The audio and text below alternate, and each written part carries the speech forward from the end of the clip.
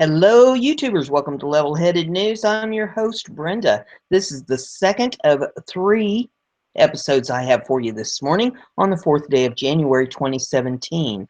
All these URLs, of course, are in the description of the video, so you can pull them up and take a look at whatever you need to see in there. Sometimes there's some videos and some links and things that you can click on in these to give you more information.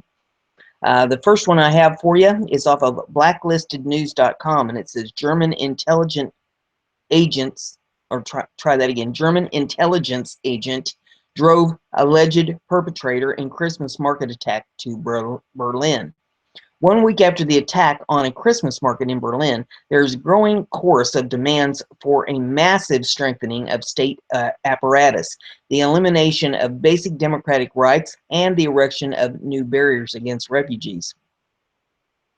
At its upcoming Congress at the start of January, the Bavarian-based Christian Social Union, or CSU, part of the coalition government headed by its sister party, the Christian Democratic Union, or CDU, plans to call for more personnel and better equipment for the security services, additional powers for law enforcement, more monitoring of emails and communication services, such as WhatsApp and Skype, and increased data exchanges between the European Union countries. This is despite the fact that the Berlin attack cannot be attributed to a lack of surveillance or police powers granted to the security and judicial authorities. On the contrary, the alleged perpetrator, Anissa Marie, prepared his action literally under the eyes of the authorities. It has now emerged that the 24-year-old Tunisian was driven to Berlin by an undercover informant of the intelligence service, which closely monitored Amory for months before he drove a large truck into a crowd on December the 19th. Amory had been imprisoned in Italy for 4 years for criminal offenses and was reportedly radicalized while in jail. In 2015, he was released and went to Germany, where he applied unsuccessfully for asylum. According to an investigation by the German television program Report Munich, he joined an Islamic network in which at least 2 spies for German intelligence services were active. On Friday evening, the ARD television program Focus cited a file according to which an informant, VP, for the North Rhine-Westphalian State Criminal Office had already made contact with Amory at the end of 2015. In the ensuing days, Amory stated that he wanted to carry out attacks in Germany using weapons of war, AK-47s, explosives, the notation reads. Between February and March of 2016, Amory was driven from Dortmund to Berlin by a secret informant for the intelligence service to whom he related his plans. The note in the file adds he was driven by He was driven by VP and stated that his mission was to kill on behalf of Allah. According to the, and I don't know if I can pronounce this, I'm not German, it's Süddeutsche Zeitung. At about the same time, the State Criminal Agency of North Rhine-Westphalia sent a report on the Islamic network in which Amory was active to the prosecutor's office in Karlsruhe. The top German criminal prosecutor commenced investigations into Amory on suspicion of support for and membership in a terrorist group. In November, he ordered the arrest of the head of the group, Abu Wallah, as well as other hardcore members. Amory, however, remained free. Apparently, shortly after Amory had moved to Berlin with the help of agents of the state, the prosecutor's office handed over his case to the Berlin judiciary and encouraged it to investigate him on suspicion of preparing a major state-threatening act of violence, a lesser form of terrorism. The prosecutor's office then began its own investigation on suspicion that Amory was merely planning a burglary to obtain money for the purpose of buying weapons. Amory was subsequently supervised and monitored by the Berlin security authorities until September. Then the surveillance was reportedly stopped. supposedly because there was no evidence pointing to an imminent offense. The authorities in Berlin refrained from arresting him, although they had ample legal authority given the fact that Amory was an asylum seeker whose application had been rejected and who was suspected of terrorism. It is totally beyond belief that the failure to arrest Amory was an accident or was due to a lack of legal authority to take him into custody. Even Herbert Prantl, a lawyer who heads the Internal Affairs Department of the Süddeutsche Zeitung, presumed on Friday that Amory was intentionally left alone. He wrote, "Did the authorities accept the risk associated with Amory because they hoped that their surveillance would provide information?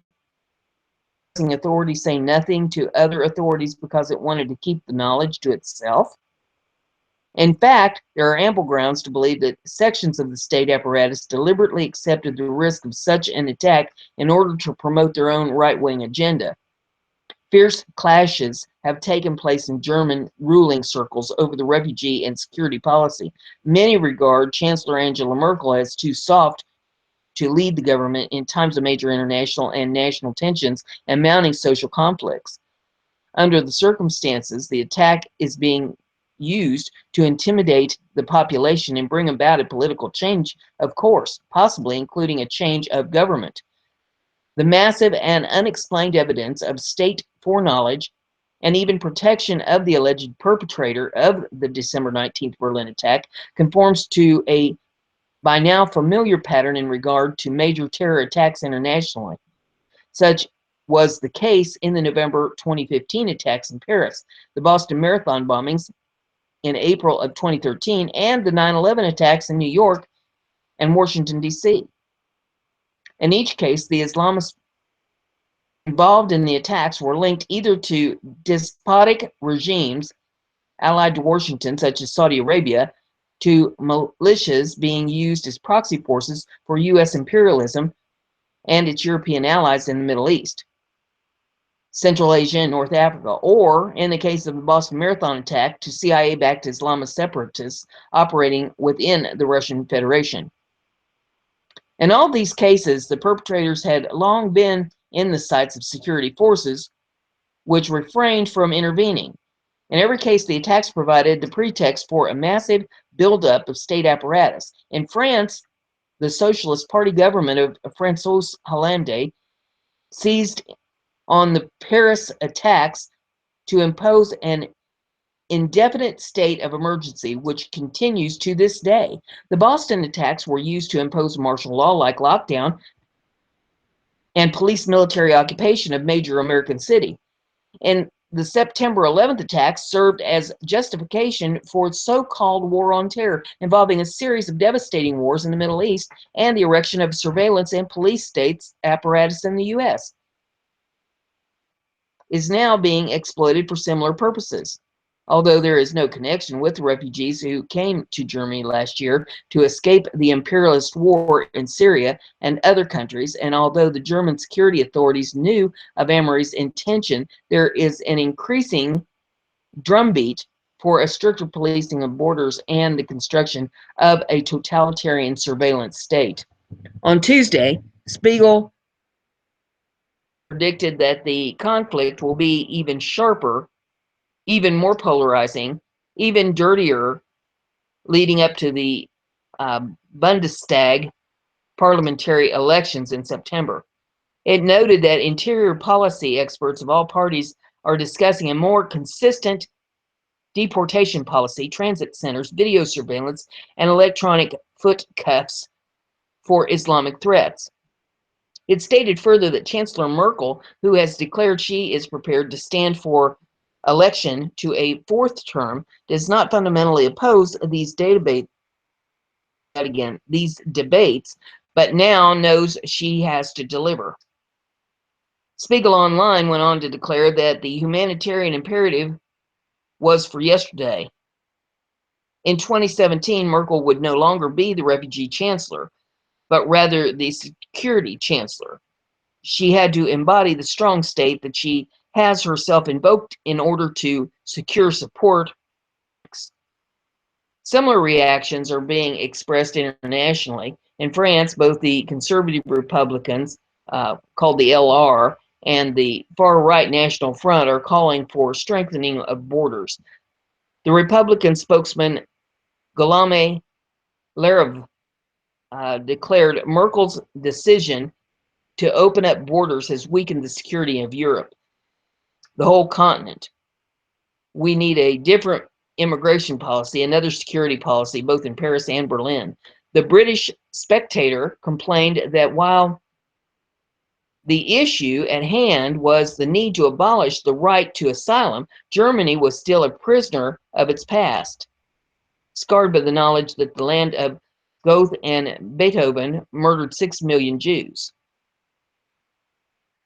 The weak refugee policy as a disaster. It wrote, she said that welcoming this enormous wave of refugees was the only way to be true to European values, but the current wave of terrorism and the enormous fear of crime and disorder in European cities is proving morally dangerous, not just to her own party, but to the European Union itself.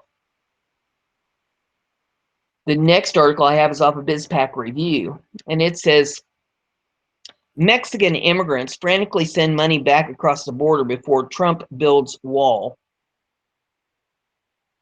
Here's how it reads. Mexicans in the U.S. sent $2.4 billion to Mexico in November, when Donald Trump won the president election, marking the biggest increase of remittance in a decade, Reuters reported on Monday. Remittances to Mexico in November 2016 increased 24% from the same month last year, the fastest rate of increase since March of 2006, according to data from Mexico's central bank. The number of individual transfers also increased by 8.8% from 77 million between January and November in 2015 to 83 million transfers in the same period in 2016. The Mexican economy increasingly relies on money sent by immigrants living and working in the U.S., so much so that remittance bring more money to Mexico than crude oil exports. Trump floated a tax on remittance or blocked them entirely to fund construction of a wall on America's southern border. To tax remittances, the U.S. would have to be prepared to impound international wire transfers, a move that Mexican officials have declared a violation of rights. The remittances are the property of the people that make them, and they have every right to be able to carry out international transfers, Augustin Carstens, governor of the central bank, said in April. So it would be a serious violation of the property rights of our fellow citizens abroad, and this measure would be completely unjust. Carstens will not be in a position to fight a block remittance, as he will be stepping aside as head of the central bank in July. Mexico is prepared to use all possible legal means to lobby U.S. Congress in order to prevent a block on migrants sending money out of the U.S. They would be retaliatory measures. They would be legal responses. Broke Villanueva, the Deputy Interior Minister for Migration, said in an interview with Reuters in November. We'll be ready for all the craziness. One reason for the increase in remittance is the weak value of the peso, which dropped 10% immediately after Trump's election. As the peso declines compared to the dollar, it takes more dollars to buy the same amount of Mexican currency. The next article is off the Conservative Tribune. It says, Team Trump, we're going to start repealing Obama's executive actions on day one. A pen and a phone can be undone with a pen and a phone, which is a lesson Barack Obama is going to learn on January the 20th, courtesy of Donald Trump. Interview on ABC's This Week on Sunday, Trump's future White House press secretary said that the president-elect planned to repeal a lot of Obama's executive actions on day one in office. ABC's Jonathan Karl Spicer also said Trump would also be hard at work from day one to change the culture of Washington. The response came to a Carl question asking about the one big thing we're going to see after Trump takes the oath of office. It's going to be not one big thing, it's going to be many big things, Spicer said. On day one, he's going to sign a series of executive orders to do two things. One is repeal a lot of the regulations and actions that have been taken by this administration over the last 8 years that have hampered both economic growth and job creation. And then, secondly, do the same on a forward-thinking thing. He's going to start implementing things. He's going to bring a new brand to Washington. He's going to institute a lobbying ban, 5 years. It's very forward-thinking, he added. Video in this, if you want to pull that up to take a look at that.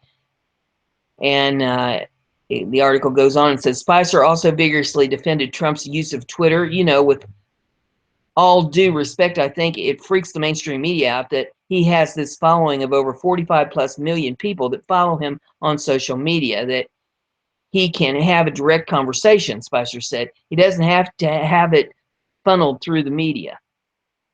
The news was that Obama's executive actions are going to be tossed in the can from the get-go.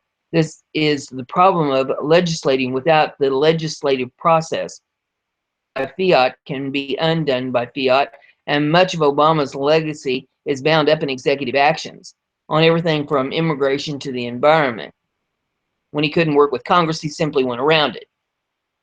Huge price for that, and we couldn't be happier. If Obama's furious over this, and we assume that he will be, blame. The next one I have is off of BizPack Review, and it says, moving on, NBC woos Megyn Kelly away from Fox News Channel with broad new role. After 12 years and more than one dust-up with Donald Trump, Megyn Kelly is leaving Fox News. The New York Times is reporting that Kelly will leave the network to take on a broad new role at NBC News. The NBC News chairman, Andrew Lack, wooed Ms. Kelly away from Fox News by offering her a triple role in which she will host her own daytime news and discussion program, anchor an in-depth Sunday night news show, and take regular part in the network's special political programming and other big event coverage. The move will herald a seismic shift in the cable news landscape, where Ms. Kelly had become the second most watched host after Bill O'Reilly of Fox News, and often helped define the national political debate, especially over the last year, as Donald J. Trump regularly attacked her, at times in viciously personal terms. Kelly was offered $20 million to stay on with Fox News, and it's unlikely that NBC is in a position to match that offer. Her current contract with Fox News is not up until summer, and the Times said it was unclear whether the network would refuse to release her from any commitments, possibly delaying her start with NBC. The reaction on social media was a mixed bag, with many happy to see her leave Fox News and others sad to see her go. And there is a sampling of responses from Twitter at the bottom of this article, if you'd like to pull those up and take a look at them.